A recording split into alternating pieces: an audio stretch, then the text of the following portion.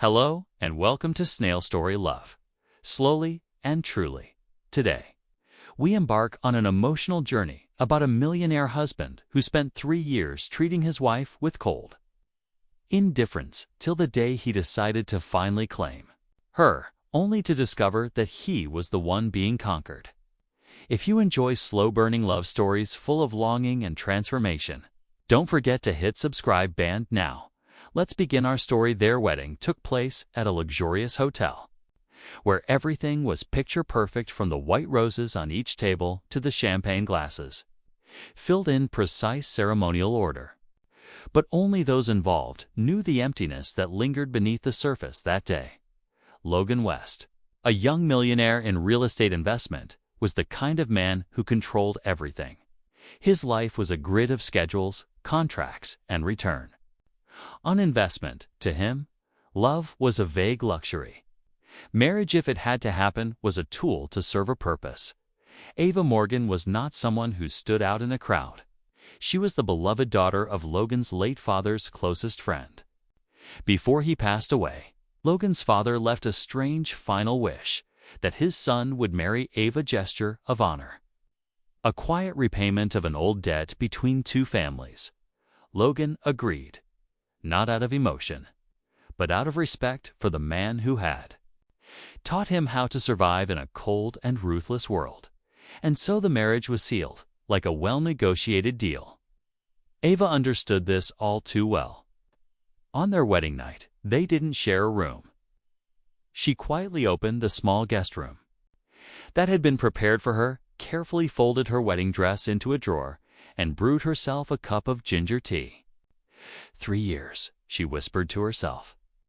Just live kindly with him. After 3 years, the obligation will be over. What she didn't know was that across the hall, in the master bedroom, Logan also sat alone, staring out the window, unable to sleep. Inside him was a strange sensation, not worry, not affection, just a quiet, undefined emptiness he didn't know how to name. In the first few months, they barely exchanged more than a few words a day. Logan often came home late some weeks. He was away on business all 7 days. Ava always prepared dinner, knowing he wouldn't eat. She never complained. She simply folded the napkins, put away the food, and returned to her room. She lived like a guest in her own house. She didn't intrude, didn't interfere. She kept everything clean, organized, and always acted like a woman who knew her place. Logan sometimes found himself wondering why she never got angry. Why didn't she confront him like the other women who had once passed through his life? Maybe it was because Ava had entered this marriage the same way he had, with no expectations, no illusions, and certainly no love. Still, there were moments, small, unintentional ones, when Logan would catch a glimpse of her out on the balcony, watering the plants, her hair loosely tied, sleeves rolled up on a white button-down shirt, her face lit gently by the golden hour of sunset. And in those brief seconds, something in his chest would hitch, like someone had quietly tapped on his heart. But he always looked away quickly, as if unwilling to acknowledge the feeling. That's not love, he would tell himself, just curiosity. Once he returned from a business trip earlier than expected. When he walked into the house, he saw that the lights in the living room were still on. Someone was asleep on the couch. It was Ava. On the table sat a plate of freshly baked pastries, still warm, and a half-read book. He meant to pass by quietly, but she stirred, mumbling softly. "You're home." Her voice carried no reproach. It was just a greeting and instinctive habit. Logan paused, surprised. He hadn't imagined she'd stayed up waiting for him, even if it was unintentional. Something brushed lightly against his heart. 3 years. They had lived together like strangers, with overlapping schedules. Ava never once stepped into Logan's world, and Logan never let her near his heart. But it was that very silence between them that began to frighten him. He feared that one day, when the terms of the marriage expired, she would leave just as quietly as she had lived, without a trace. And for someone like Logan, that idea struck deeper than any breakup he had ever known. Asterisk, 3 years a significant length in any marriage. But for Ava Morgan, it stretched endlessly like a song with no crescendo.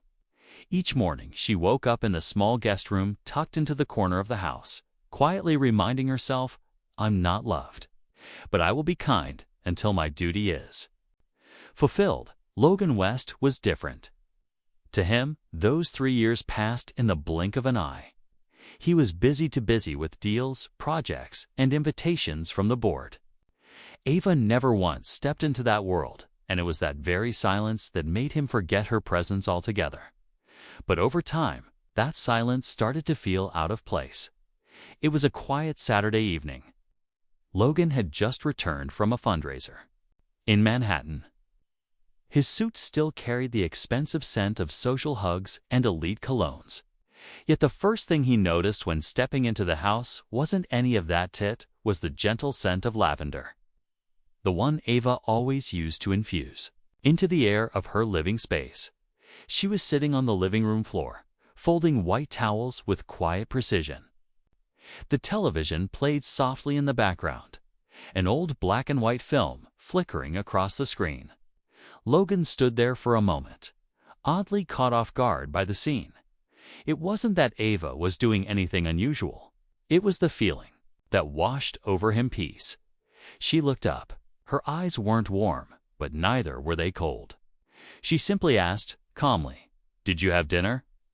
Logan shook his head. She stood up without another word and walked into the kitchen. 10 minutes later, she placed a simple meal on the small dining table: a bowl of hot butternut squash soup, 2 slices of toasted bread, and a cup of ginger tea. They ate in silence. The only sound was the soft clinking of spoon against bowl. Logan glanced at the woman across from him. Her dark brown hair was tied back neatly. A soft knit sweater hung loosely on her shoulders. No makeup, no expensive jewelry. And yet, she looked calm. And strangely enough, Logan found himself not wanting that calm to disappear. As Ava stood to clear the dishes, he blurted out, "Do you ever feel sad living like this?" She paused for just a second, then smiled a smile without sorrow, without resentment. Just the smile of someone who had long since made peace with reality. "I didn't come into this marriage expecting anything, Logan. Sadness belongs to those who hoped." Logan didn't know what to say. Something in his chest tensed, as if she had just sliced through a truth he'd never dared acknowledge. From that night on, something shifted in his gaze. He began to notice things. How she always made tea at exactly 9 p.m., read until 10, then turned off the light without fail. How she never once entered his office, and yet his mail was always organized neatly on his desk. Every Monday morning, his ties hung on the rack in order of color to match his schedule, and he never once asked how she knew. She existed in his world like air not loud, never demanding, but somehow her absence would feel wrong. One night, he came home late in the middle of a storm. As he pulled into the garage, the porch light flicked on. Ava stood under the awning, holding an umbrella, waiting. "You waited for me?" "Oh," he asked, his voice hoarse from the cold.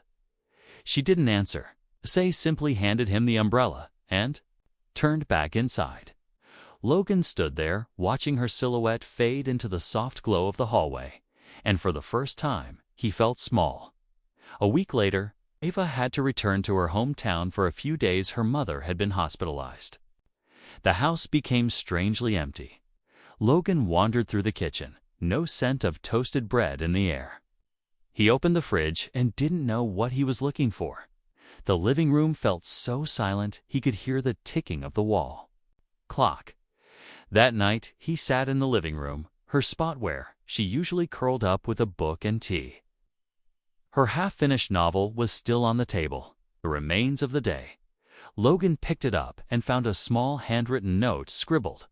In the margin, some people spend their whole lives learning how to express one very simple thing that they care. He sat frozen for a long time. There was no firestorm of passion in his chest, no violent wave of longing, just a breeze. But it was enough to shake the foundation of everything he had built up as walls these past 3 years. Ava wasn't the kind of woman who set him on fire, but she was the one who made him want to come home. And for Logan West, that was something that had never happened before. Ava returned after 3 days away. It was as if the house could finally breathe again. She didn't say much about her mother, just quietly unpacked her bags, checked the plants on the balcony, and returned to her usual routine: tea at 9 p.m., reading by 9:30, and bed at 10, as if nothing had been interrupted. But Logan, the man who used to drift through her life like a shadow, was no longer the same. He began waking up earlier, sometimes just to pass by the kitchen and silently watch her turn and pour milk into her oatmeal. He no longer avoided her presence the way he once did. He said nothing, but his eyes were no longer cold. There was something inside him now, something vague, quiet, like an undercurrent beneath still waters. Until that afternoon, Ava caught a cold. Just a mild fever, but she still tried to cook porridge by herself, take her medicine, and ask nothing of anyone.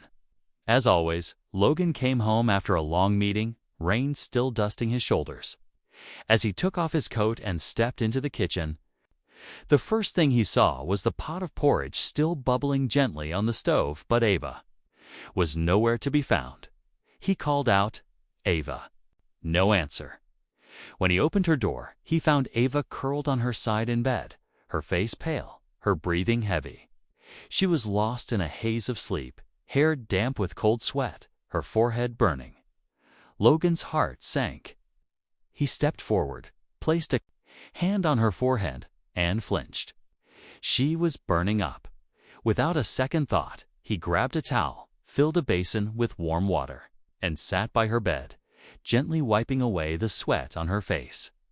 For the first time in nearly 3 years of marriage, he touched her, and strangely, his hand trembled. Ava stirred, her eyes fluttering open to see Logan leaning in close. Through the blur, she murmured, "I'm fine. You don't have to." "You're not fine, Ava." His voice was rough. "Do you know your fever's almost 40 degrees? She pressed her lips together, trying to sit up, but he gently eased her back down. "Don't force yourself. Let me take care of you. Just this once, let me do something." For the first time in his life, Logan felt his heart ache for a woman lying in bed with a fever. No makeup, no designer dress, no ballroom lights. Just a woman who endured everything quietly, who never asked anything of him. That night, Logan stayed by her side. He changed the towels, refreshed the water, and counted the soft, fragile rise and fall of her breath. In her fevered sleep, she called out for her mother, for an old friend. But never once did she call his name, and that hurt more than any accusation ever could. The next morning, when the fever finally broke, Ava awoke with tired eyes. Logan had fallen asleep beside the bed, his head resting on the chair, his hand still loosely holding a damp towel. She looked at him for a long time, not because she was surprised, but because she had imagined this moment so many times, only to teach herself to let it go, piece by piece. And now it had arrived without warning. Without obligation, just the quiet presence of a husband she never thought would truly be hers. Logan woke, eyes still dull with exhaustion. "How are you feeling?" "I'm okay," Ava said softly. "Thank you for taking care of me." He lowered his gaze, his voice rough. "I'm sorry for leaving you alone for so long." She smiled a small smile, just enough not to break the delicate air between them. From that day on, Logan began to change. He came home earlier. Sometimes he went grocery shopping with her. Once, he quietly placed a small bundle of dried lavender on the dining table just because he remembered she once said she liked the gentle scent. Ava never asked why. She just noticed. and felt. Logan's change didn't come with grand gestures. It came in the little things, the way he waited for her response with his eyes, the way he started asking, "Are you tired today?" instead of just, "I'm heading out." And Ava found her heart beginning to shift. 3 years living together like shadows. Now, just one fever, just one gentle touch, was enough to begin cracking the wall she had carefully built around her. But was it enough? Logan was slowly moving toward her. But Ava was learning how to step back, to protect herself, since the day Ava fell ill. The atmosphere in their home had changed. Just subtly, like a strange breeze sneaking into a room long sealed shut. Logan West was no longer the man who merely passed through his wife's life like a silent shadow. He had begun to be there slowly, hesitantly, but truly present. And that, for Ava Morgan, was terrifying. Logan had never said, "I love you." But his gaze, whenever it landed on her, no longer held the cold indifference it once did. He didn't touch her, not in the physical sense, but he touched her existence in quiet, unexpected ways, brewing the exact tea she liked, replacing their old sofa with the one she once tried at a furniture shop but didn't buy because it was too expensive. Or simply watching her wash the cat with a tenderness she never imagined he possessed. Ava knew Logan was trying. But she also knew 3 years of living as an invisible presence in a marriage didn't vanish easily. There were nights she sat before the mirror, brushing her hair, asking herself, if he truly loves me now, then what? Could she still find the courage to believe in it? Meanwhile, Logan was struggling with emotions he didn't recognize. He who once believed marriage was nothing more than a contract now woke up each morning with a single thought. Is she okay today? He had begun to feel jealousy, an emotion he once thought ridiculous. One day, Logan left work early and passed by the local library where Ava often volunteered, organizing books. From afar, he saw her laughing. A real laugh, bright, gentle, directed at another man. That man appeared to be a colleague, a few years older than Ava. They didn't stand too close. Nothing inappropriate. But even that was enough to make Logan feel breathless. That night, when Ava came home, he didn't say anything. But his unfamiliar demeanor didn't go unnoticed. Is something wrong? She asked. Logan was quiet.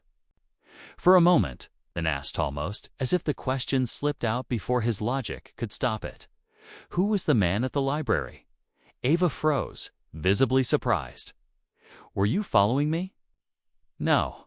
I happened to pass by and saw you laughing with him. Ava looked at him for a long moment, then gave a soft smile, a smile that only added to Logan's unease. He's just a colleague, and I didn't think my smile meant anything to you. That sentence was a knife, and it landed right in the center of Logan's chest, the part he thought had long gone numb. He said nothing, because he knew he had no right to be jealous. He was the one who had taught her to bury her feelings, to survive without ever expecting anything from her own husband. That night, Logan sat alone in his study, laptop open but untouched. He simply stared at the blank screen, then quietly opened an old folder left by his father. There was one titled, Legacy, What I Leave for My Son. He clicked. Inside were dozens of letters his father had written over the years, perhaps. Once he knew his time was nearing its end. One paragraph made Logan stop breathing. Son, you may end up richer than anyone. But if, at the end of your life, you don't have a woman who truly wants to come home to you, not for money, not out of duty, but because she wants to, then everything you own will mean nothing. Love a woman who gives you peace just by sitting beside you. And if you're lucky enough to meet her, don't be a fool like I was. Don't wait until she's gone to realize you had the whole sky in your hands. Logan let the letter fall to the desk, as if he could hear his late father sighing in his ear. He looked up at the ceiling and closed his eyes. all he could see was Ava, the woman who had quietly lived beside him for 3 years. No demands. Number? Tantrums. No conditions. Yet she was the only person who made him want to be a better man. He had fallen in love with her. Fully, irrevocably. But did those words still matter now? Ava was not the kind of woman who would forgive Iselina because of a bouquet or a belated apology. She was the kind who, once hurt, would walk away and never look back, not out of coldness. But because she had learned to protect herself through silence, Logan understood. If he wanted to keep her, he would have to learn how to love not through possession, but through patience, through listening, through apologies that expected nothing in return. And that's what terrified him. Because for the first time in his life, money, intellect, and power couldn't help him hold on to what he wanted most. Ava's heart, like all true love, couldn't be bought. It could only be felt through unconditional sincerity. Ava Morgan sat by the living room window, morning light catching the steam rising from her cup of tea. The first leaves of the season had begun to yellow, drifting one by one onto the front lawn. The New York sky was gray, as usual, but today, something in her heart had shifted. The sky inside her had turned the color of endings. She had spent the entire night thinking about the 3 quiet years that had passed, about the countless evenings she waited for him to come home for dinner and he never did, about the nights she cried alone, silently, so softly that the tears wouldn't even make a sound, about the time he placed his hand on her fevered forehead, the first time he touched her in 3 years, and the first time she ever felt treated as a person, not an obligation, and about the way he had looked at her lately, warmer, more sincere. But far too late.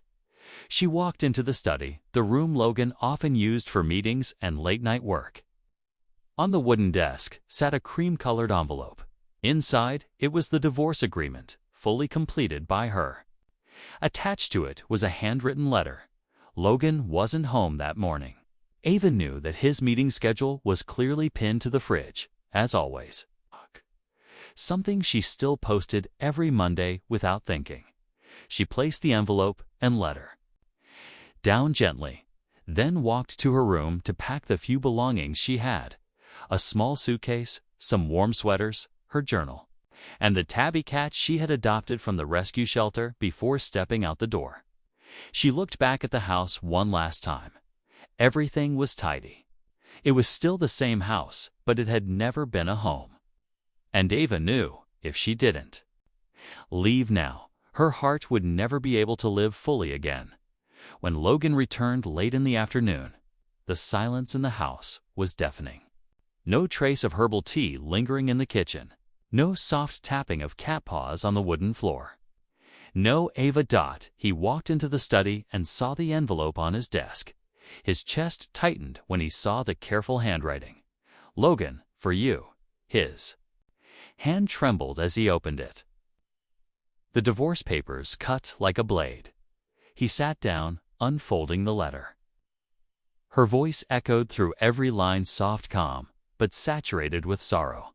"Logan, I've thought about this deeply, and I've come to realize that what I need isn't a husband who starts trying only once he feels he's about to lose me. What I needed was someone who wanted to hold on to me from the very beginning. I don't blame you for the past 3 years. I didn't come into this marriage out of dreams or ambition. I only wanted to keep a promise for my father and live in a way that kept my conscience clear. But I now understand that I hoped more than I admitted. I had hoped you'd remember my birthday. I had hoped just once to be called wife with respect, not obligation. Lately, I've seen you change. I know you're trying. But Logan, sometime change isn't enough to save a heart that's already grown too tired. I'm not leaving to punish you. I'm leaving to save myself. And if, someday, you truly love someone, please love her early through presence, attention, and courage. Don't wait until you're about to lose everything to learn how to hold on. Wishing you peace, Ava." Logan let the letter fall from his hands. He leaned forward, pressing his palms together over his forehead. Eyes tightly shut. He had signed hundreds of contracts in a single afternoon before, without hesitation, without a second thought. But now, a single sheet of divorce paper felt like it was taking the air from his lungs. He shot up from the chair and walked through the house. Everything was still in its place, her kitchen towel hanging on the hook, the bottle of lavender oil on the shelf, the half-finished book on the couch with its bookmark, still tucked neatly inside, but Ava was gone. He tried calling. No answer. He called his assistant to ask if Ava had left any itinerary, any message. No one knew. Ava had left the way she lived beside him, quietly, without complaint, without a trace, leaving only a vast emptiness behind. That night, Logan couldn't sleep for the first time, not because of business, not because of stress, but because of a real, gnawing sense of loss. A woman had come into his life in silence. And now, she had left it in exactly the same way. He looked again at the divorce papers. No, he wouldn't sign them. Not because he was stubborn, but because he understood for the first time in his life that love didn't mean keeping someone close. It meant changing for them, becoming someone worthy of staying. And he wasn't ready to lose Ava. Not before he looked her in the eyes and told her, "Truly, I love you." Ever since Ava left, Logan West's house had fallen into a suffocating silence. Everything was still. There, just as it had been when she was around, the chair she used to sit in to read, the tea set she used every evening, the gray cardigan still hanging on the hook behind the guest room door. But Ava herself was gone, and the emptiness she left behind only seemed to widen with each passing hour. Logan began doing something he had never expected in 3 years of marriage. He missed her. He missed the lightness of her footsteps in the kitchen each morning. He missed the way she tilted her head when listening to him speak, never interrupting, only quietly taking it all in. He even missed her silences that had never bothered him before, until now. Logan tried calling her. The line still worked, but no one picked up. He sent emails. No reply. He drove to her mother's house in suburban Connecticut, only to be met with a gentle refusal from the older woman. "Ava doesn't want to see you. She's healing. Please don't make it harder." Logan left with red eyes. The next morning, he got up early and drove alone to the northern mountains, the place where Ava had once said, "I want a little house by a lake, where I can grow lavender, raise cats, and write books." At the time, he'd nodded vaguely, thinking she was just being whimsical. Now, Logan stood before a quiet stretch of lakeside land, ringed by pine trees, with still water and a vast open sky. He bought it without hesitation. He called an architecture firm, handed them a sketched layout drawn by himself. For the first time since college, a small wooden cabin, brown-tiled roof, a lavender-filled yard, a long bookshelf inside, large windows to catch the light, a writing nook facing the lake, and a warm kitchen. Just like the one where Ava had spent 3 years cooking in quiet resignation, the house was finished nearly 3 months later, on the day it was completed. Logan arrived and sat on the porch, looking out across the lake. The wind bit into him, but he stayed there all afternoon, and from that weekend on, he kept returning. He cleaned, brewed tea, placed new books on the shelves. He even adopted a little tabby cat to remind himself that this place existed for only one reason. He didn't know if Ava would ever come back, but he knew this was all he could do: wait and become better, not for forgiveness, but so that, if she ever returned, he would be worthy. One afternoon in October, as Logan swept fallen leaves from the porch, a silver car pulled up at the gate. Ava stepped out. She wore a long wool coat, a bundle of dried lavender in her arms. Her eyes met his not with blame, not with hesitation. Just a quiet gaze from someone who had learned to heal. and was now seeing if her heart was ready to open again. Logan walked toward her slowly, boots crunching over dry leaves, his heart pounding so hard his hands trembled. "You came," he said. Ava nodded, her eyes sweeping across the wooden house. "I heard from my mother that you bought the land. Then some friends told me they saw you here every weekend. I was curious." Logan was silent for a few seconds, then spoke in a low, rough voice. "I don't know if I deserve for you to come back, but I want you to know. Since you left, I've learned one thing. Loving someone isn't about keeping them close, at any cost. It's about changing yourself enough so they'd want to return." Ava clutched the bouquet tighter, her eyes misting over. "The kitchen, it's just like the one I dreamed of." Logan gave a faint smile. "I remembered. You once said you wanted a warm kitchen, morning light through the window. I told you it was silly. Now I'm sorry." "It's all right," Ava replied softly. "Back then, I never thought you'd remember anything about me." Logan took a careful step closer slowly, as if afraid she might vanish again. "Ava, if you want to stay, I won't ask why. If you want to leave, I won't stop you. But I'll still come here, every weekend. I'll still take care of this place because it's the only thing I know how to do right now." Ava looked at him for a long moment. Then she spoke, voice soft as wind. "I didn't come to leave again. I came to see if you were still waiting, and if my heart still knew how to feel something. And maybe I found my answer." From the porch, the tabby cat trotted over and brushed against her legs. She bent down and picked it up. Logan stood frozen, unsure of what to do, until Ava looked up at him, a gentle smile on her lips. "Will you make me a cup of ginger tea, Logan?" That evening, they sat together. No wedding rings, no contracts, no sweet declarations, just two people sitting for the first time to truly begin something. Something not born out of duty. Not from regret, but from choice to love, slowly, but sincerely. Life in the small cabin by the lake passed quietly, like a song without lyrics. Ava stayed. There was no declaration, no commitment, she simply stayed. Each morning she rose early, watered the lavender plants, brewed tea, and read by the large window overlooking the lake. Logan stayed too, not as a man clinging to the woman who once walked away, but as a husband learning, for the first time, what it meant to truly be present. They didn't talk much about the past. They didn't touch the pain of the 3 years before, but somehow, in the gentleness of that silence, they grew closer than they had ever been, until one early winter afternoon, when Logan returned from his mother's house with a few old books. For Avanon found an old wooden box hidden away in the attic. The box was dusty, the latch rusted.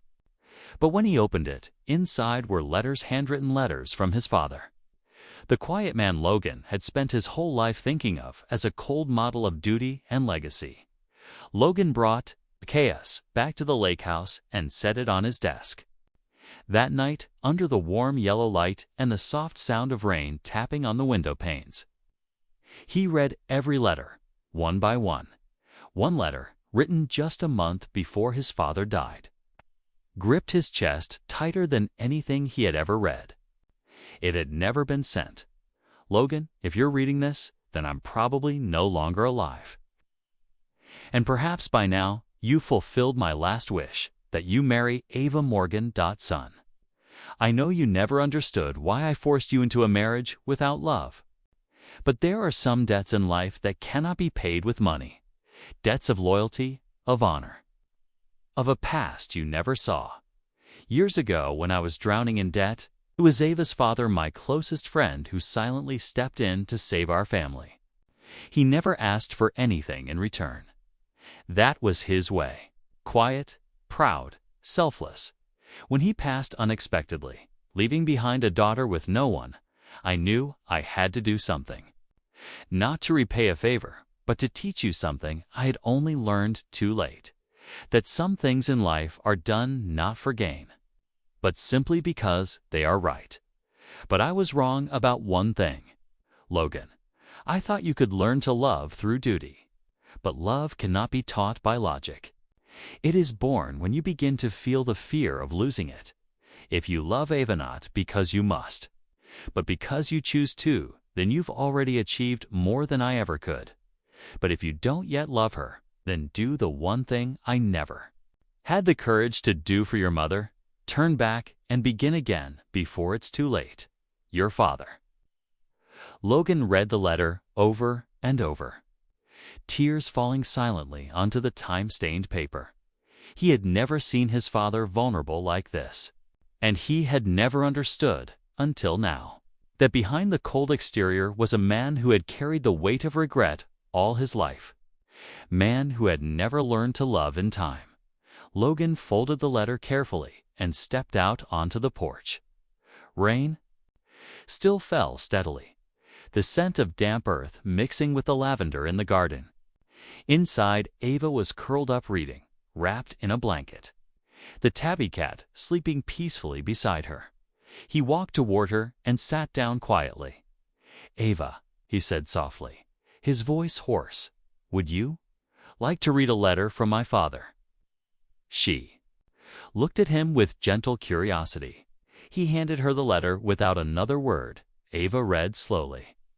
Each line felt like it brushed against a deep, unspoken place in her heart, the place that once knew pain, but had since learned to heal. When she reached the line, turn back and begin again, before it's too late. Her eyes blurred with tears. Logan sat beside her, watching her hand softly gripping the edge of the letter. "Ava," he whispered, "I can't go back and fix what we lost, but I can slow down now so you won't have to run alone anymore." She looked up at him. There were no poetic declarations, no grand promises. But in his eyes, she saw a man who had softened, who had owned his wrongs, and who was now learning how to love not with possession, but with patience. She folded the letter gently and handed it back to him. "I don't need you to make up for 3 years we lost," she said quietly. "I just need to know that from today on, every day, you choose me not because of your father, not out of guilt, but because I'm me." Logan took her hand, really held it, for the first time not out of duty, but because he finally wanted to feel her warmth outside. The rain kept falling, but inside, something new had begun. A season without storms, a love without conditions.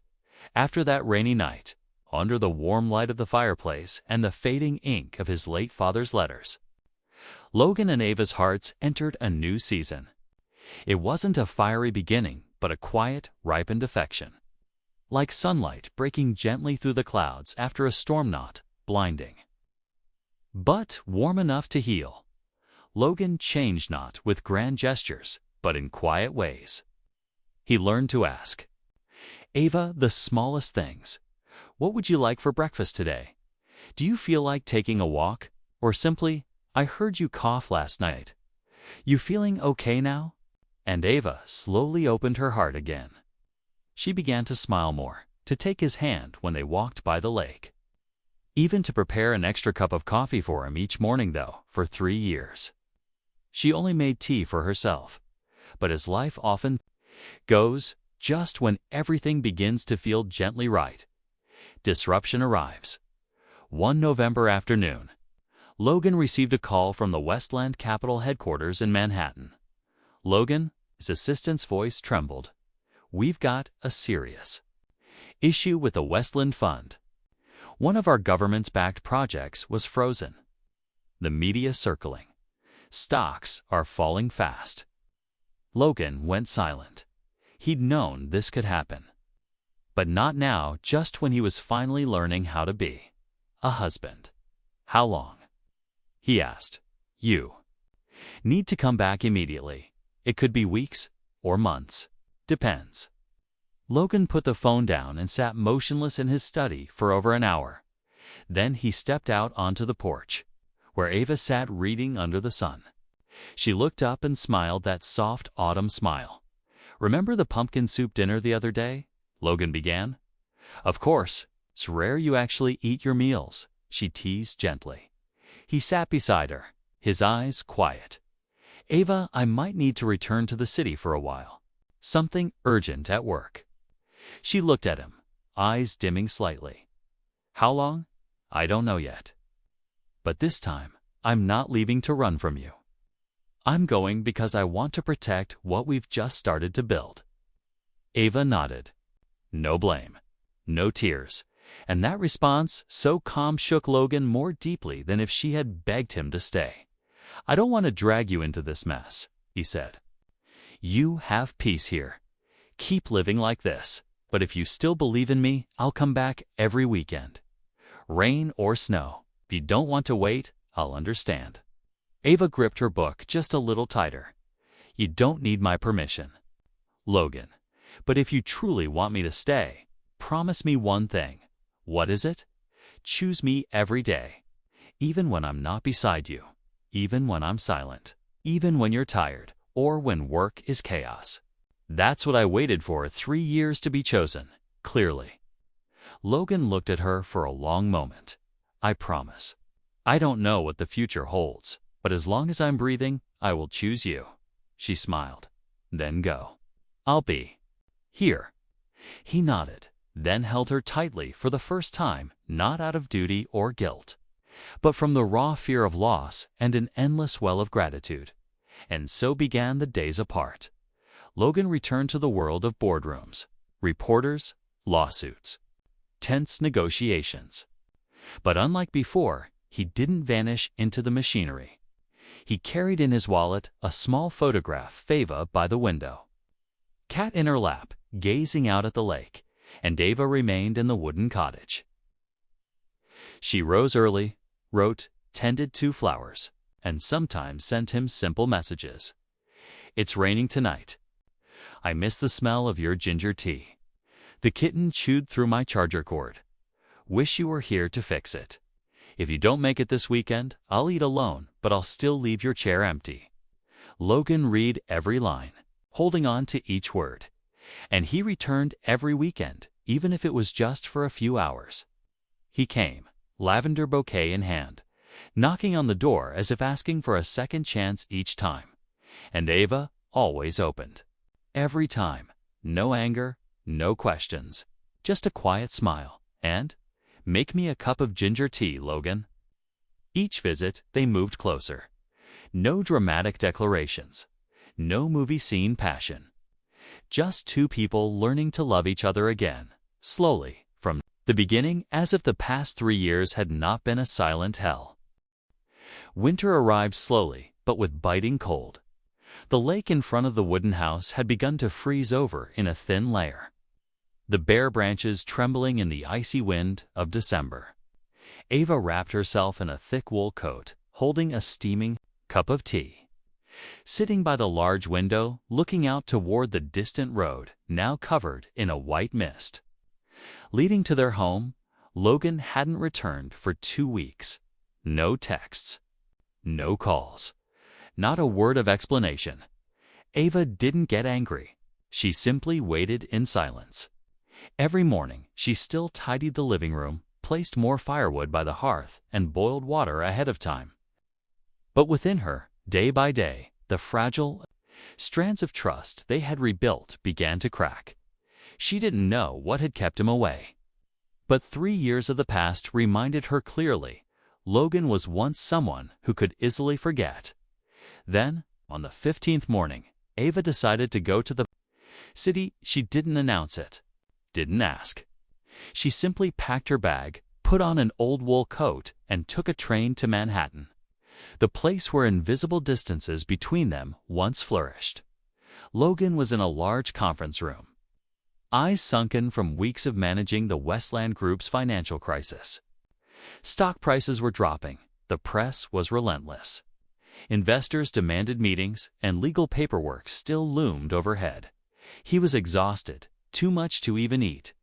But more draining than anything was the growing guilt he felt for not returning to Ava as he had promised. He had typed dozens of messages and deleted them all because he was afraid that this silence would cost him everything he had just begun to grasp. When the phone rang in the middle of the meeting, Logan nearly didn't pick up. But then he saw the name flashing on screen. Ava calling. The room fell completely silent.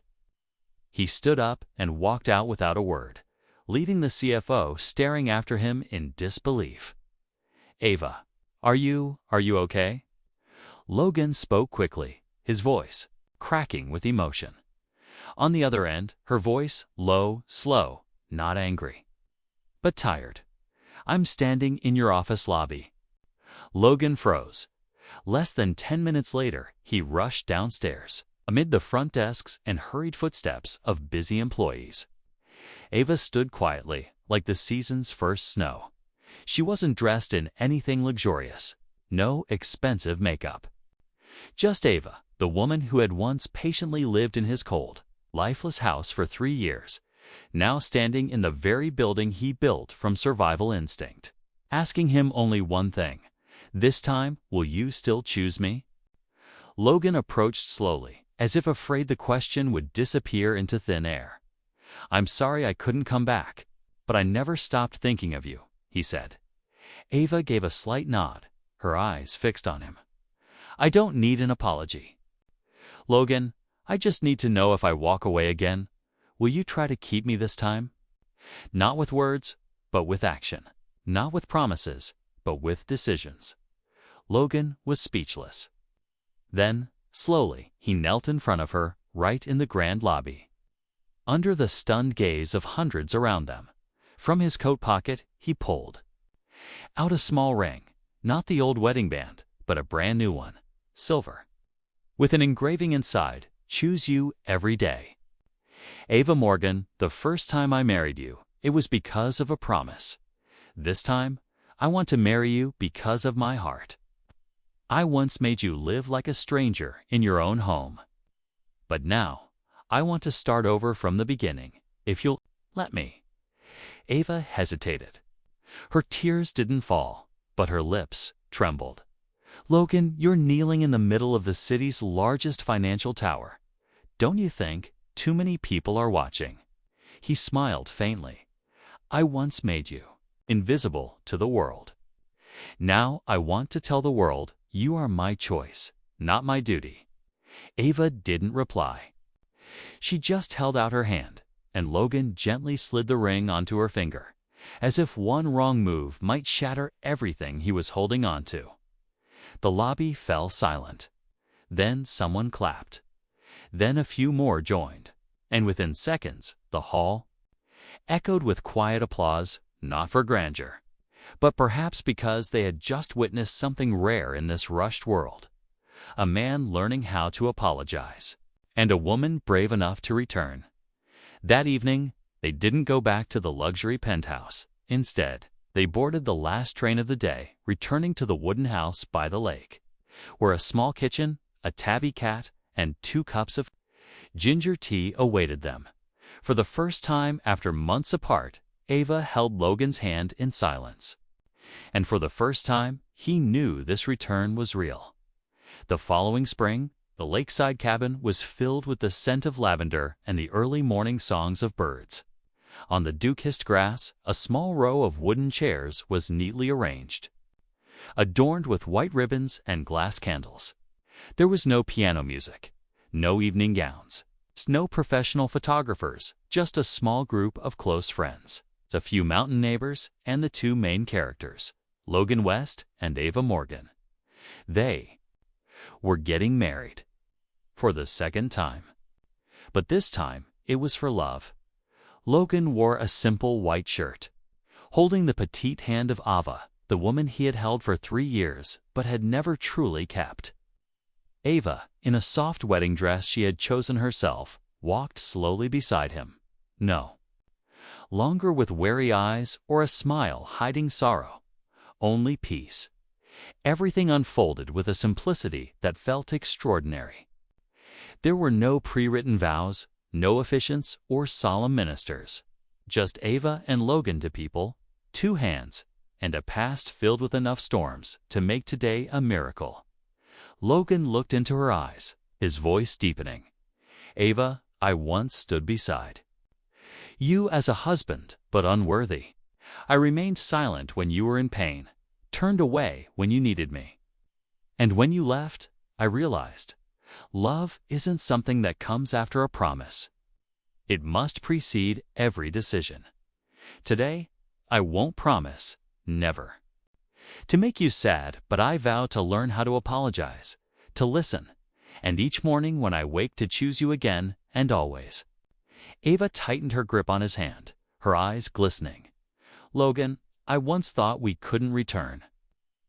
But it turns out, not all wounds leave scars.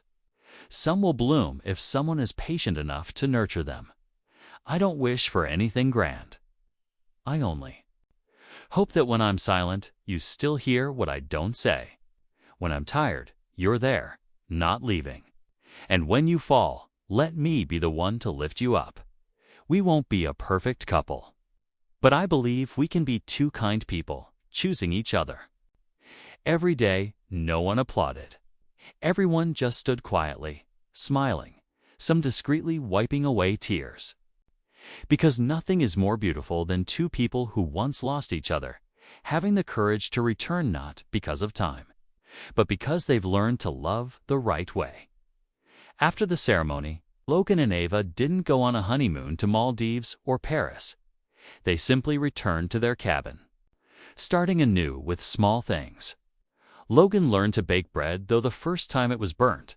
Closing parenthesis. Ava spent Sunday mornings writing and afternoons planting more lavender each week.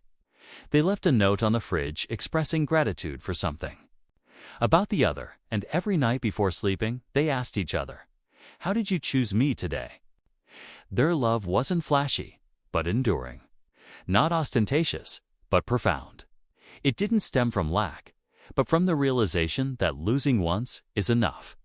A year later, Ava released her debut novel titled My Second Husband is My Ex, and it became a bestseller due to its authenticity, with each small story making people believe that love, if persistent enough, can heal even the most seemingly untouchable wounds.